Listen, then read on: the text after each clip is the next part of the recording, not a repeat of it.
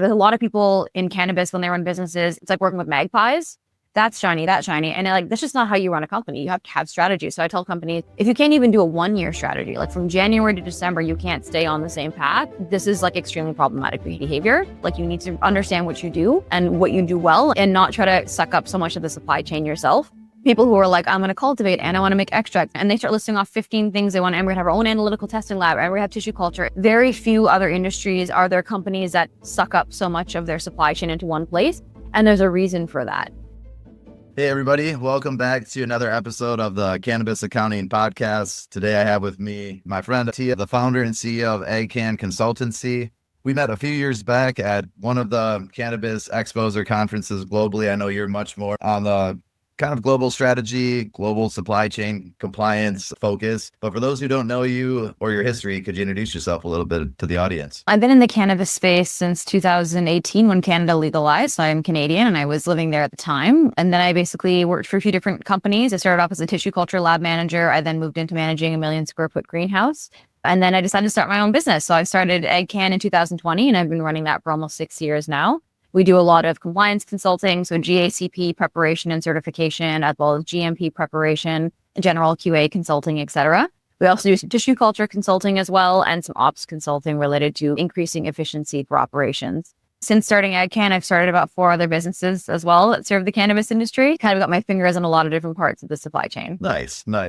And obviously, cannabis industry is new. There's a lot of startup companies. 2018, it is coming up on a decade old, but it's still a young industry. So I guess, did you do anything before the cannabis industry, and what skills or lessons did you take from your non-cannabis experience into the cannabis company or cannabis industry? Yes, my master's was in genetic engineering and plant biotechnology. So when I actually came across the tissue culture role, I was extremely excited because I was like, oh, this is a great opportunity for me to utilize these skills and to actually put them into practice. When you do a master's in that kind of field, there's a very high likelihood you'll never actually get a job where you get to use them. So that was really exciting for me. But in between my master's and entering the cannabis space, I worked in the dairy industry.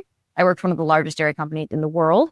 And I did a bunch of quality and regulatory related items in that role, actually. So when I applied in the cannabis industry in the first place, I didn't know there was any tissue culture at all. I had no idea. Again, I had just legalized. There were several license holders that were already licensed and had been licensed under previous frameworks and were switching over, but it wasn't like a big booming industry the way it is now. And so when I originally went to speak to the producer that ended up hiring me, I said, look, I'm looking for a quality assurance role, like QA technician, QA associate, like something like that. Because I figured I'd have to start at the bottom and work my way up again because I was transitioning industries.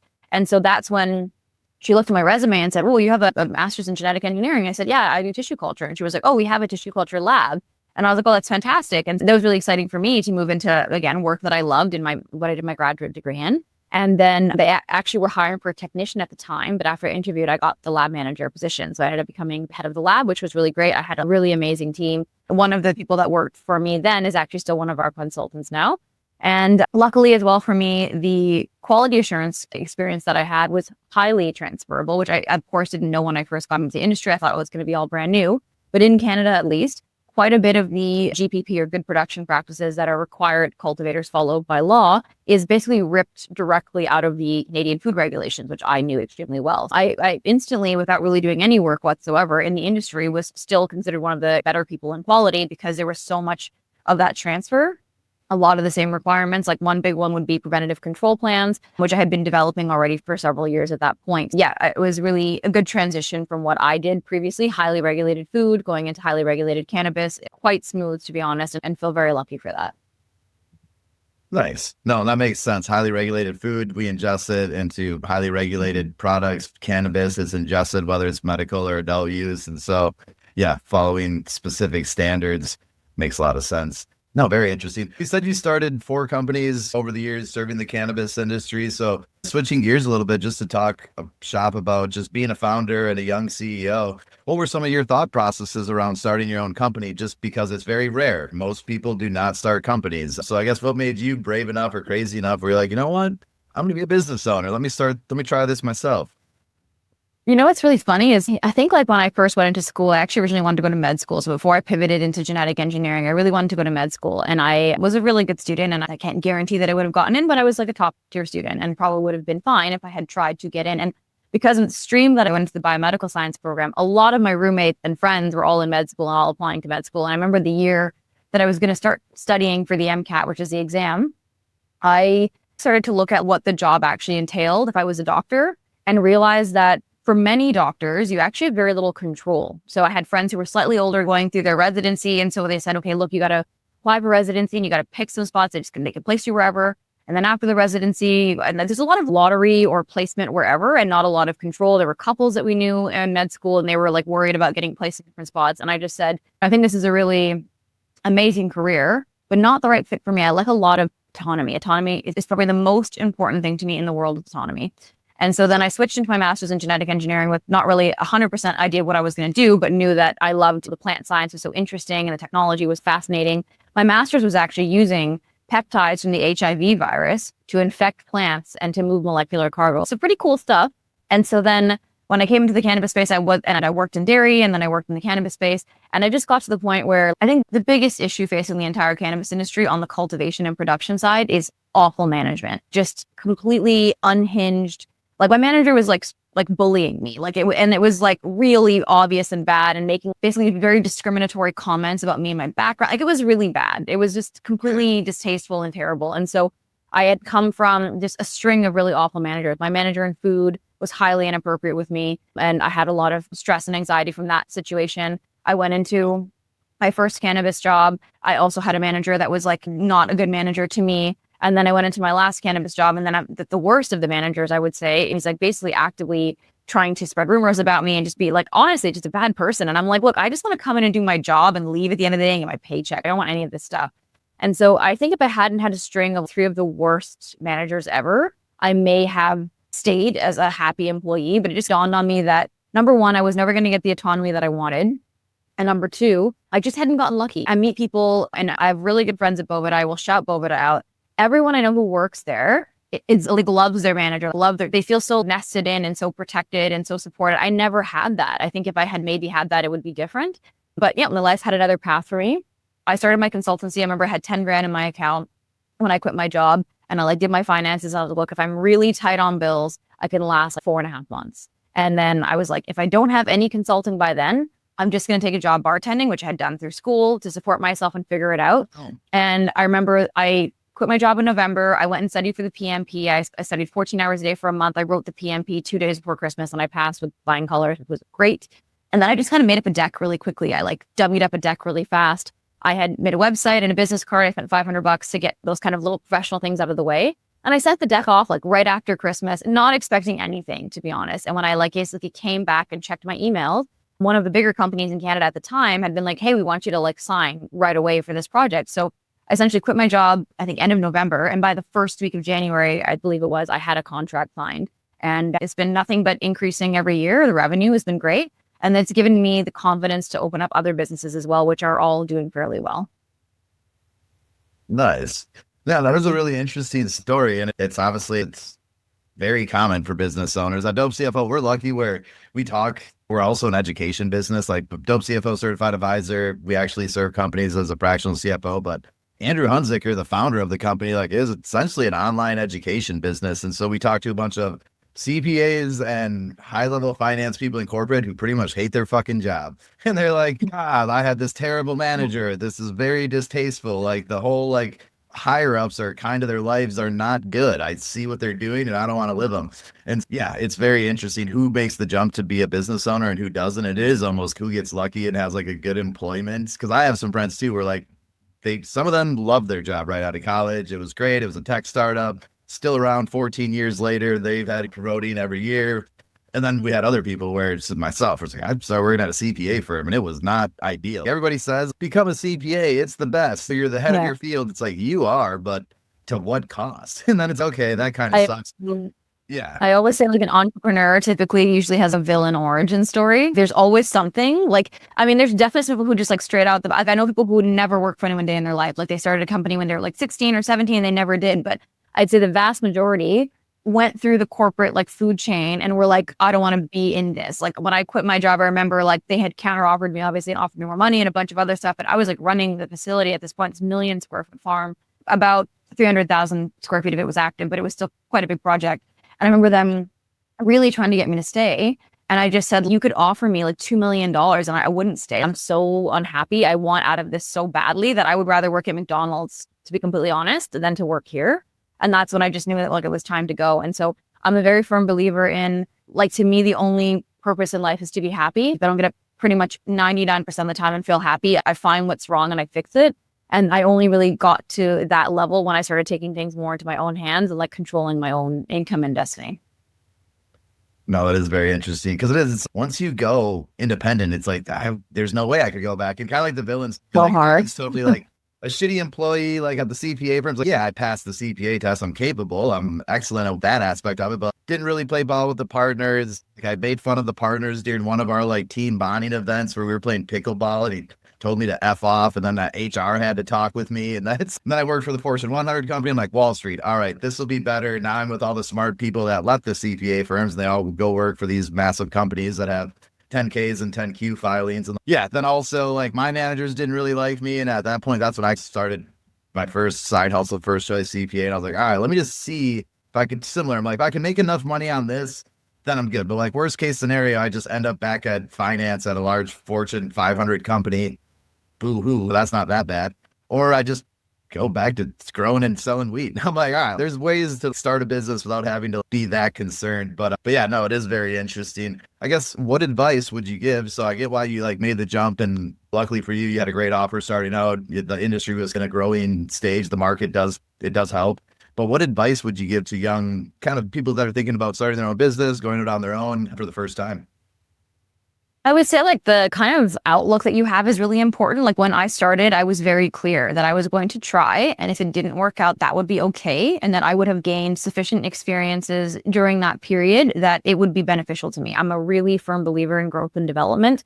Doing things that scare you, doing things that are not the status quo, they always push you. So what I learned, and even if AgCann had not gone well, and I feel so lucky too, because in Canada at the time, the market was not growing actually. So we had hit a year where the last year I was in my cultivator, 2020, we were seeing the lowest prices like that had happened at that point, right? We were seeing people trying to buy flower for 75 cents a gram. Like it was super low.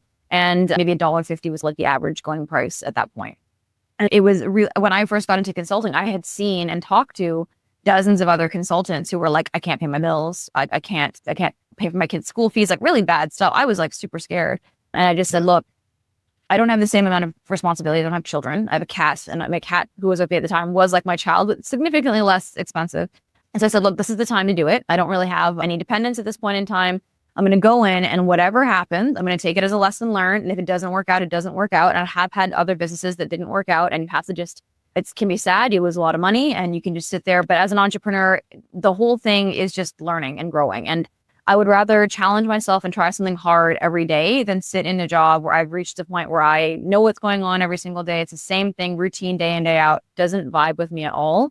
I'm pretty sure I have undiagnosed ADD. And so I need a lot of stimulation. If people have co-worked with me and said, watching you co-work makes me feel so anxious because I'll have 85 tabs open and I'll switch between companies like every 30, 45 minutes, and I'll switch between tasks every 5 minutes. And being a serial entrepreneur and being like working for myself in general has worked out really well for me. But I think it's the attitude you go in with. If you're going to go in and say, this has to be 100% successful or it's going to like mentally break me, it's not for you. It's a difficult thing to be in. But if you're looking at it as just an opportunity for growth and development, when I first started my own company and couldn't hire any staff, I didn't have any money, I was like editing the website. I was like I do all of our sales and marketing. I do our ops. I do everything, every single job in our company, every single thing. I have team members now that do. I've done it myself. I've built the process. I designed the SOP. They're executing my exact protocols and getting a bit of finance experience, a bit of marketing experience, a bit of sales. I think the speed at which you develop as an entrepreneur is I don't think there's any jobs that will let you develop at the same speed.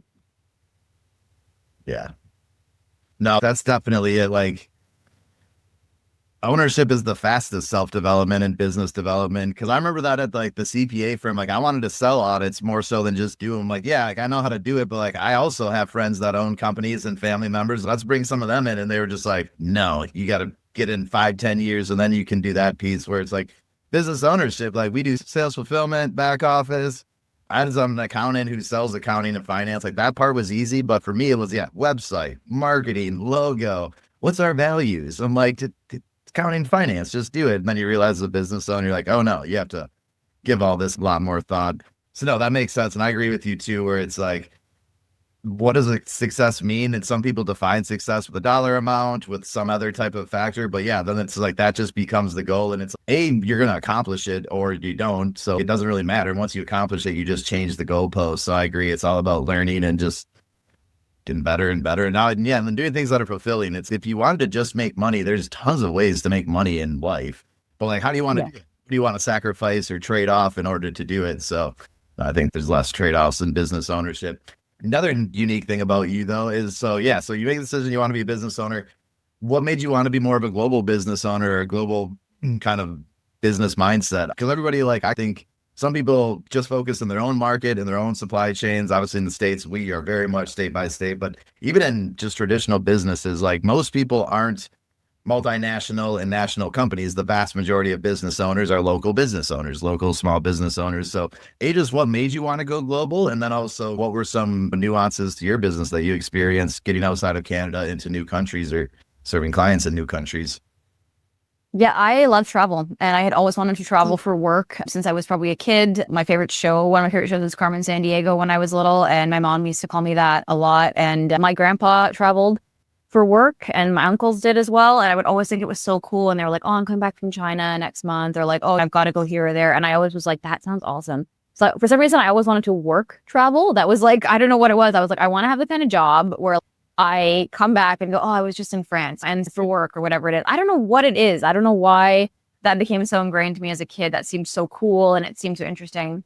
And I think that work travel is very different than another type of travel. When you like take a year off and you go backpacking or something, it's like night and day. But I think you get exposed when you do work travel to like different aspects of the culture that you don't get exposed to as just a tourist. You're basically at meetings with people who, a really great story is I just went to Colombia in February for work to go visit a client. And so they had one of their staff who I'd been emailing with pick me up from the airport to take me to my accommodation.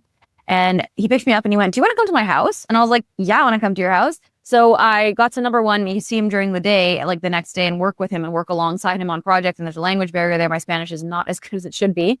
And then the night beforehand, I've just gone and we walked around the town that he lives in. We've gone to a market. I picked up some fruits. We've had a dinner together. It was his niece and nephew twins' 4th birthday party. So I got to have cake with his family, meet his wife and his sister-in-law and his brother-in-law and his like mother-in-law. We all hung out, and those are not things you would get as a tourist. As a tourist, when the person picks you up from the airport, your Uber driver, they're not taking you to their house. So it's a completely different way, I think, of exploring and traveling. And so actually, when I started consulting, I really knew that I wanted to work mostly internationally. Like, I cannot express to you how bad the Canadian industry was at that time. I also felt that if I stayed strictly in Canada, I was not going to make it. So I said, look, again, not having any independence, I can do whatever I want. I started to pursue leads for clients overseas. So I think I basically started consulting, I think in January of that year. And by, I think it was like June, I was already doing a project in Europe and I was traveling, and it was during COVID as well. So it was like a bit annoying at the time to get travel permission and whatnot. But yep, I was traveling and began consulting internationally within the first 6 months, essentially, of basically starting to take clients. Nice. No, I agree with you. And it is interesting. Like I always wanted to travel when I was a kid, and I don't know what it is. It's like society romanticizes it. I don't know if it was like an emotional thing where it's like that style of life. And just, I like adventure and culture. You could travel like as a photographer or some type of like way where you can make money. But yeah, I wanted a corporate credit card and like a team, and like I'm flying into these cities and going to the nicest restaurants on the corporate dime and the nicest buildings at the highest high rises. Which like that tends to lend itself to B2B international business more so than being a tourist and going to Bratislava, Slovakia and trying to figure it out. It's like when your company has the floor on the 28th floor and your whole team's there, it's a way different experience. Yeah, for sure. Really interesting. So then you wanted to be global, started getting global kind of jobs. So you've been around the global cannabis supply chains for a number of years now. Just taking a step back, because I've noticed that even just 2 years ago, this is my 3rd year going across the pond to be involved in these expos. I'm noticing a massive uptick this year in people from North America just doing business in Europe. So I guess from your perspective, global cannabis supply chains, what's all hype and what's reality?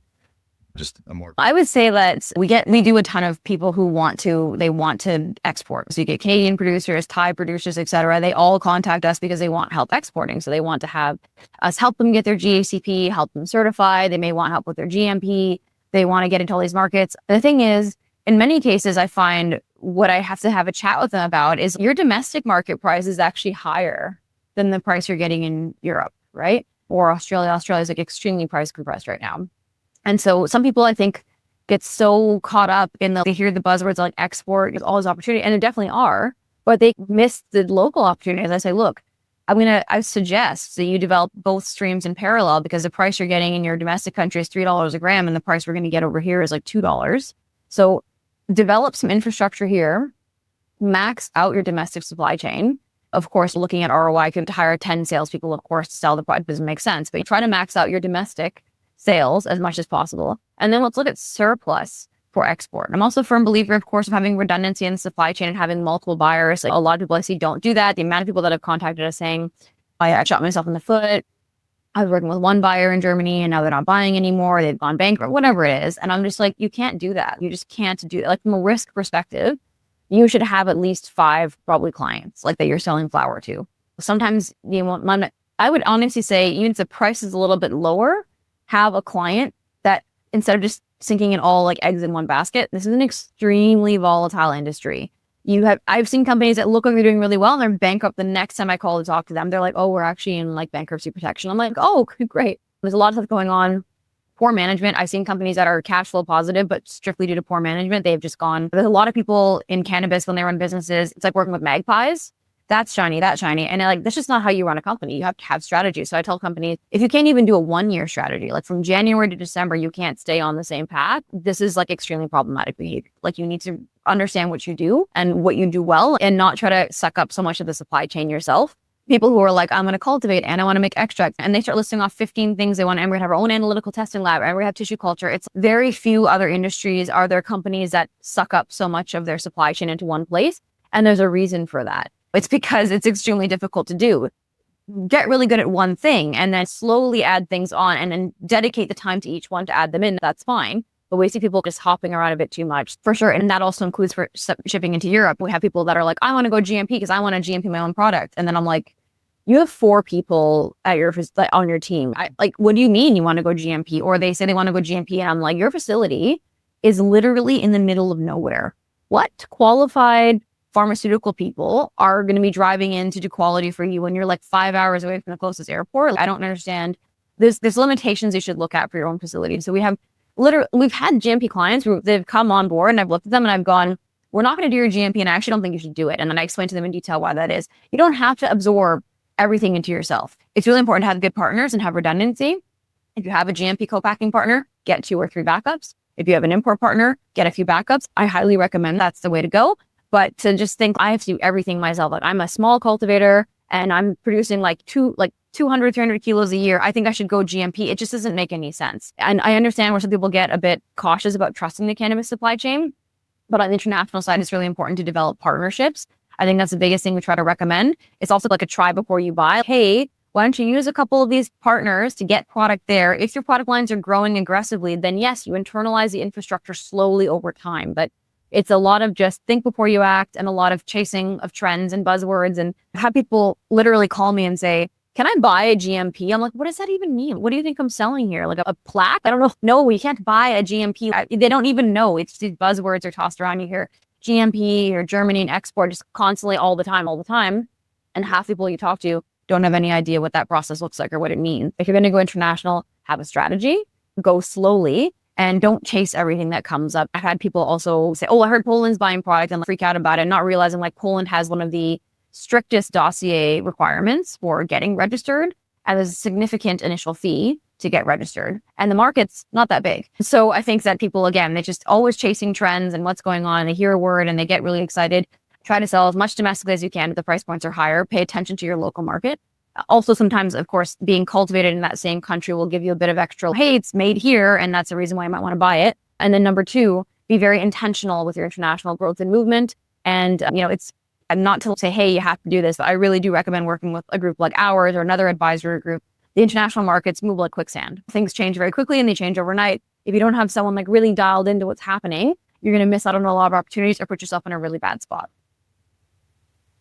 No, I appreciate that breakdown. I like the phrase "things move like quicksand" because not only does it change, but there's some costs. And like you can almost find yourself stuck. We're like, oh shit, I got to go this way. But now we're already down this path. And it's, yeah, we are, which has happened for a plethora of reasons. But no, that makes sense. And you brought up a really unique point. Because yes, of course, sometimes you can get it landed in another country and your cost it's not crazily higher. But if the price domestically is equivalent or easier, there's less risk all around trying to max out your domestic Way less risk. Yeah. sales before you worry about selling oversupply to other markets. Because yeah, I think it is a buzzword, and that's why I think it's interesting. And I started going over there just to support a friend originally, and I also love traveling, and I love the cannabis industry. If I can pair my business with my travel, all the better. But like you said, the cannabis industry is not that big, and abroad it's even smaller, and so it's material. I think but cash flow is the biggest one if you're looking at international versus domestic. Like payment terms are very commonly 60 to 90 days for the other half of the flower. And I'm sure it's like a CFO advisor, cash flow will kill you. Cash flow bankrupts so many cannabis businesses. They go and buy like $1 million worth of flower, and then they're hauling it over to Germany, which takes a month or two to get there and get processed and everything else. Then it lands, then they got to get to the pharmacies, and the pharmacies on payment terms, et cetera. So then you're holding this $1 million, like waiting for the ROI for 3 months. And so then your funds are locked up. You can't do anything else. You're waiting for money. Cash flow is like super important in the cannabis space. It bankrupts a lot of companies. People definitely overstretch themselves too. I think I always tell people, don't live in the best case scenario world. Don't assume that actually at 60 days they're going to pay all the money back, because guess what? Almost no one does. It's extremely, I'm sure you've seen with credit collections. I have had a client of mine basically not pay me $135,000 bill. Still to this day, it just went bankrupt, which is unsurprising. But yeah, there was like a good client of mine that I had been consulting with for years. And I gave them leeway because I was like, oh, you need some extra time. We're having some financial trouble. I'm going to be good. I've known you for years. I'm going to be reasonable. And then I left due to lack of payment. And they went around and smeared my name to a bunch of people, even though like I literally had emails saying that I left because of lack of payment, not because of not quality of work or what have you. And they did get money, and I never once deigned on them to pay me a small business where like that almost broke my company, almost bankrupted me. I had spent so much time and bandwidth working with them. And the only lesson that I learned from that is you can't really trust anybody, and you can't expect people to honor contracts and payments. And so you should always go in with a side of caution of, okay, if I send this flower and they don't pay, am I going to be shut down? What is going to happen? I hate that we have to think like that, but it's the industry that we're in. So if you can sell domestically, it's safer. Even collections for money internationally is an entirely different beast altogether, as opposed to collecting from somebody who's in the same country. You know your own financial laws. You know how prosecution happens there. There are certain countries where clawing the money back is going to cost you so much more money than what you'll receive. It's just not worthwhile, which was the case for me. So yeah, I mean, it's one of those things where you're safer. You're safer when you play in your own backyard. There's definitely opportunity out there, but I see too many people running like head first without really any DD or thought process around the risks to it, for sure, and the drawbacks. And I would say, no, that's very interesting. And times are changing. It's everywhere. It's like we had such a good run from like 2015, 16, 17, 18, 19, 20, 2021. Canada was opening. Then California went adult use legal. There was a plethora of adult use states that were happening in America. Germany had medical, then adult use. Everybody was just like, this is just going to keep going like to the moon. And then all of a sudden it just stopped, where it was like, all right, Germany's open, Canada's open, but that's really the big adult use ones. And Germany's still not even an adult use one. There's really not a lot of massive countries, that have adult use. So it's all medical programs and various phases of medical. And yeah, people overstretch themselves a little bit too quick, too excitedly. And it's now the industry is normalized a little bit. It's like a staircase more so than just a stock chart up and to the right. So it is. Yeah, very interesting. Because we've seen like cash, like to your points, like people are profitable on paper and go bankrupt all the time in the cannabis industry. It's just this unique thing where it's capital intensive. There's long payment terms. It's volatile. What I've learned too is like, I used to blame the cannabis industry of, it's cannabis, it's coming out of prohibition. But I think it's more like a startup thing where it's just like startup companies are risky. Like you've probably worked with some larger companies before the cannabis industry, like that large milk company. It's like, it's probably generations old, decades old. Like it's very stable. They have a cash treasury that they've saved over decades and relationships with banks, where startup companies, especially privately held startup companies, like they do not have that type of security. It's like, how much money can we get from the initial equity investors? Can we get a couple of like loans and lines of credit to get going? But that's what we're doing to get started. And so that's why, at least in the States, 4 out of 5 fail. And so it's okay, 80% of them are probably going to fail. And we've experienced that as well, where it's like great clients for a number of years, still something just goes sideways because it's like driving a race car. And like, if your cash flows aren't solid and your cash position's not tight, if you take too big of a risk and it's like the AR and the timing of the cash doesn't land, you miss one payroll and you can explode the company. So no, I definitely agree with you there. That's very interesting. And then, yeah, people not trying to absorb so much of the supply chain, which is just a unique thing. Taking a bigger step back of like the supply chain and there's quality standards so companies don't get orders held up in transition. Thinking through compliance and logistics, we were talking a little bit about this offline. And I know, you had started the ICQSA, kind of try to provide some type of quality standards globally. But can you just talk a little bit for the audience of why is quality so important for getting product from one country to the next country? And what can happen at these receiving points where your product can get held up? And essentially that's where these deals go sideways. Yes, I mean, recently, because of the UN's laws regarding narcotics and because cannabis is still it's in there, basically you cannot move cannabis between countries legally for recreational or adult use purposes. So any adult use is limited to the country. Movements have to be for medical only. And then a lot of cases, the medical infrastructure, Europe was, of course, the bigger, I think, person to decide on this and kind of the initial person. They were like, okay, so if we're going to have cannabis, it's going to have to fall under like pharmaceutical requirements then, which is good manufacturing practices. So there's EU GMP, there's TGA GMP in Australia, which are kind of the two biggest ones people have to tend to interact with. And then it's quite confusing as well because I get producers in the US, oh, we're going to get GMP here. I'm like, yeah, that's CGMP, which is they're all different. I'm a certified pharmaceutical GMP professional, which means I have a designation for the American Society of Quality, which means that's take an exam on all the different types of GMP. It's heavily on the US GMP, but it also talks about a few other jurisdictions as well, like Japan, et cetera, and PICS GMP. I'm also a trained pharmaceutical quality systems auditor, so I took a course and had to write an exam, and that was all also on GMP history as well. So I would say I'm one of the people that like really understands the history of GMP, how it works across countries, the differences, et cetera, quite well. Also because we have clients on every continent, so we're dealing with the inter-GMP differences. So we have people we work with that are South African GMP or they're Colombian GMP and like what those differences are to EU GMP and the gaps we have to close for them to be internationally compliant. And so there's a lot of stuff in compliance and there's a lot of kind of phase gates along the way. So yes, you have to be GACP certified. And then when you're GACP certified, you can send the product to a GMP co-packer and they have to have the right kind of GMP certification and their country has to have the right kind of GMP type. So an example of that would be Czech Republic, and this is to the best of my knowledge as of at least a month or two ago, they do not GMP Part 1 products. So GMP Part 1 is finished products. GMP Part 2 is active pharmaceutical ingredients. So cannabis is a bit of a weird one, dried cannabis in particular, because normally if you have an active pharmaceutical ingredient, you then transform it and you convert it into a finished product.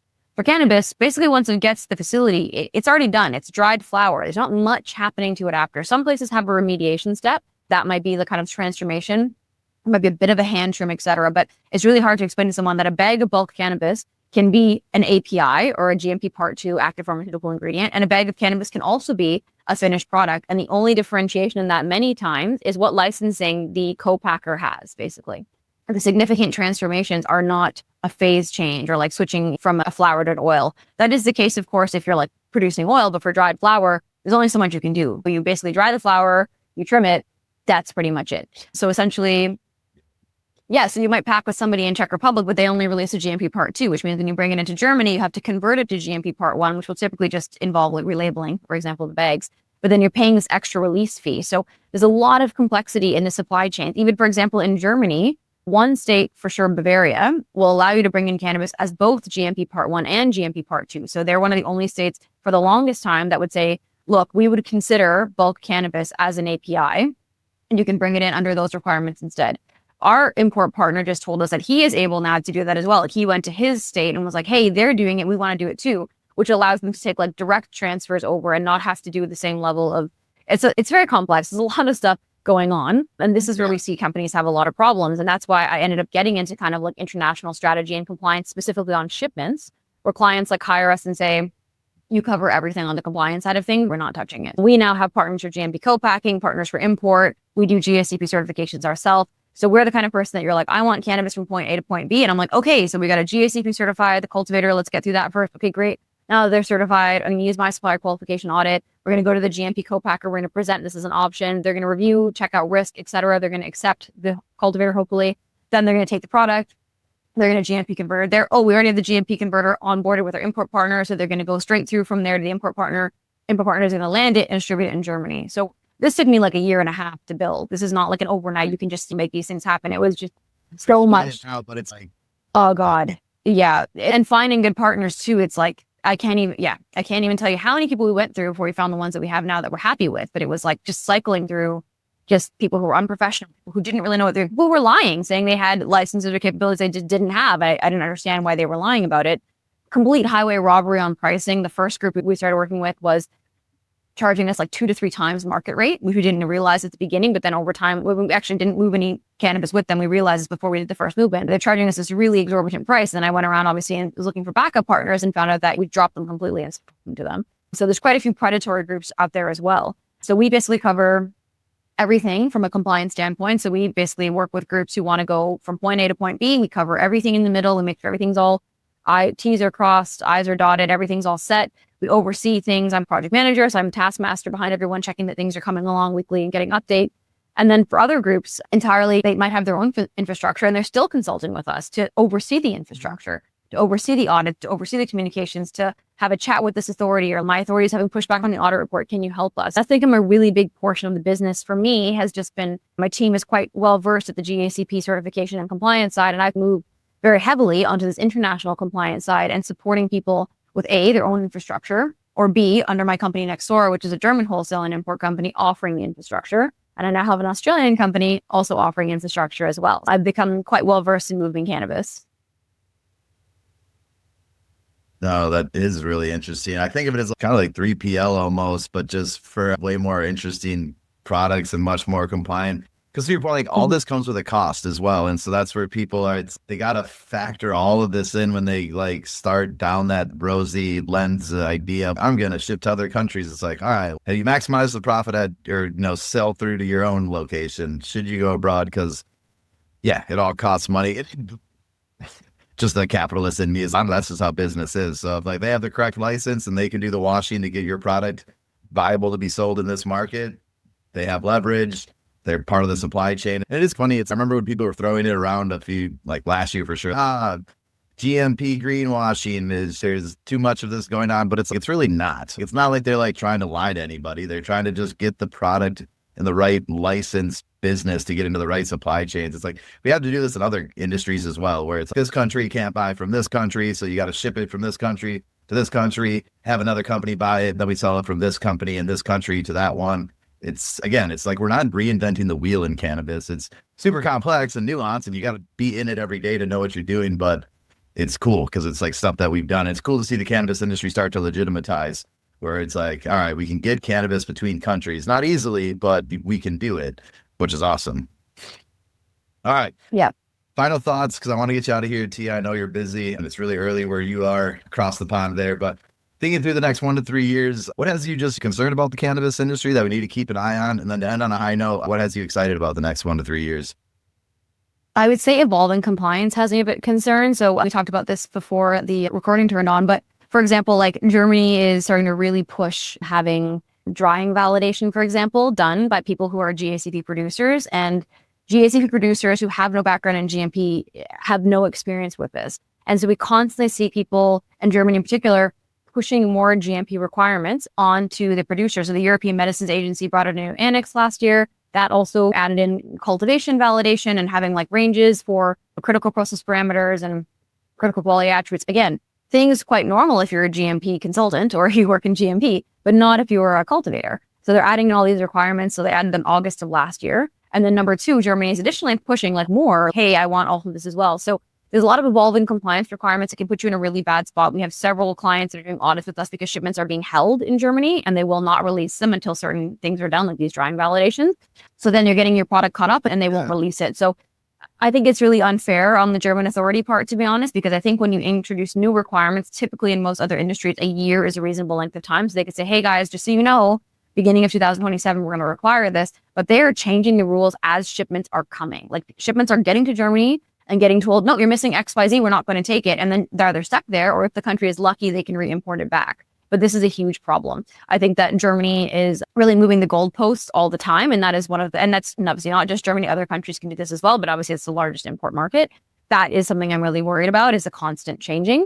Things I'm really excited for is, more markets coming online. I think it's one of those things where, as a consultant at least, there's a high degree of external factors in the cannabis industry that you don't have a lot of control over. So a big one, for example, if you're a Canadian producer who was shipping into Europe and Australia for the past few years, Thailand came online. And when Thailand shipments by like middle of last year were able to go to these areas, stuff's being pulled. People are not buying from Canadians as much anymore, or they're looking for additional supply, or they're switching their supply to Thai product slightly cheaper. So that causes disruptions. On the cultivator side, that probably sucks. On my side, I find that interesting. And so I find like all the new markets come online. I'm really specialized in consulting in emerging markets and understanding emerging markets. I go to conferences in emerging markets. I travel all the time. And I'm always really fascinated by how new markets are approaching this and what is their plans and their goals and how they're going to be a bit different from other markets. So for me, I'm really excited to continue to see more European countries come online. France is a big one, of course, but it's only extracts. And then I'm also excited to see how more producers come online who are going to be at the earlier end of the supply chain and the primary producers for all these raw materials. I find all of that like very fascinating. And of course, as part of my consulting and all my other companies, I stay very plugged into what's going on. Nice. No, I like that. And yeah, I couldn't agree more. There's always this unique thing of 2 steps forward, 1 step back, 2 steps forward, 1 step back, at least on the regulatory side. I feel like overall, more and more humans are like, yeah, this is a better alternative to a lot of other things. I'm right there with you. I find the global supply chains very interesting. And even within the countries, there's still so much supply chains to be like developed within the markets. That is also obviously very interesting. And so awesome. Again, thank you so much for your time, Atiyyah. I know it's valuable. So I just appreciate you providing your insights and thoughts. And yeah, like the global supply chain and the compliance piece and how do we get products from point A to point B and who are the players, who are the people you can rely on. You seem to be very knowledgeable about it. So if anybody's listening to this, Atiyyah, she's probably your first stop if you're curious about what your options are for the global cannabis industry. But with that, I'll let you go. Thanks again, Atiyyah. I'll see you next week. Talk to you later. Thanks. Bye.